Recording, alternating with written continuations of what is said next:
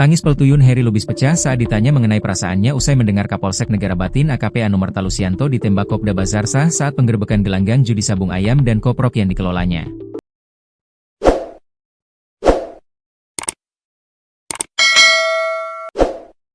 Saat itu Ketua Majelis Hakim Kolonel CHK Freddy Ferdian Isnartanto bertanya kepada saksi Lubis.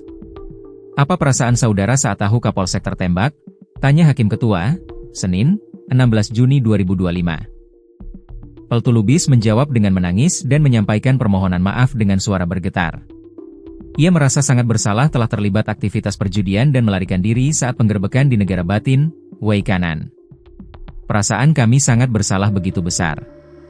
Saya tidak mau terjadi dan ternyata ada korban meninggal 3 orang itu.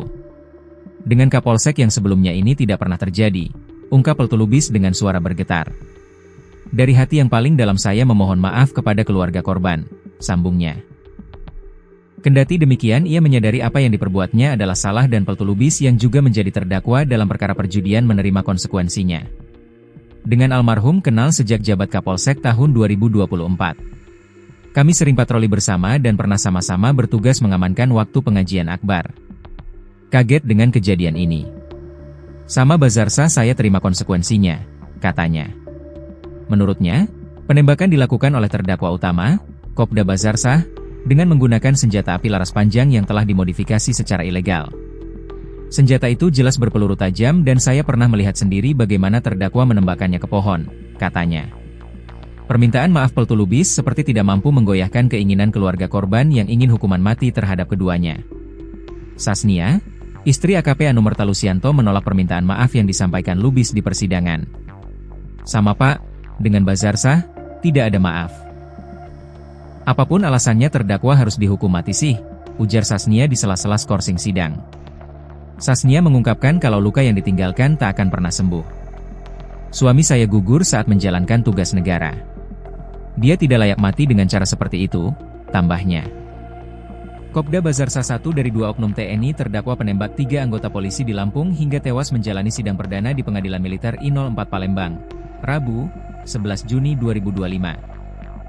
Ia didakwa dengan pasal ke-1 Primair pasal 340 KUHP tentang pembunuhan berencana. Lalu subsidiair pasal 338 KUHP dan kedua pasal 1 ayat 1 UU Darurat RI nomor 12 tahun 1951 dan ketiga pasal 303 ayat 1 KUHP Jo pasal 55 ayat 1 ayat ke-1 KUHP. Kopda Bazarsah terancam dihukum penjara selama lebih dari 15 tahun dan atau hukuman mati. Sementara itu, pantauan di ruang sidang Garuda Pengadilan Militer I-04 Palembang yang digelar terbuka, keluarga korban Bribka Petrus Aprianto, Ibtu Lusianto dan Bribda Galib bersama penasihat hukum datang di pertengahan sidang saat pembacaan dakwaan. Tampak keluarga menyimak dakwaan yang dibacakan auditor dan beberapa orang mengabadikan momen persidangan. Pada saat auditor membacakan dakwaan mengenai luka tembak yang dialami masing-masing korban, keluarga bereaksi dengan menggelengkan kepala seolah tak terima dengan perilaku brutal yang dilakukan terdakwa.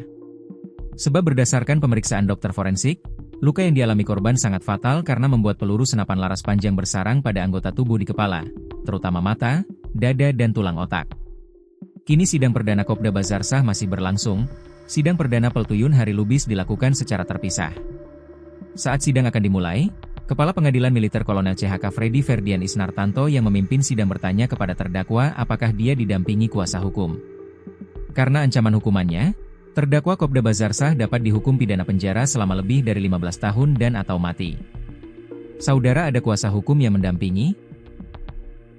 Saudara wajib didampingi penasihat hukum, sebab pada kasus ini ancaman hukumannya lebih dari 15 tahun penjara dan atau mati, ujar Kolonel Freddy.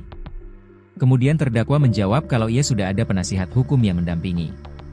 Ada yang mulia, ujar Kopda Bazarsah. Sidang dilanjutkan dan 4 orang auditor mulai membacakan dakwaan terhadap Kopda Bazarsah secara.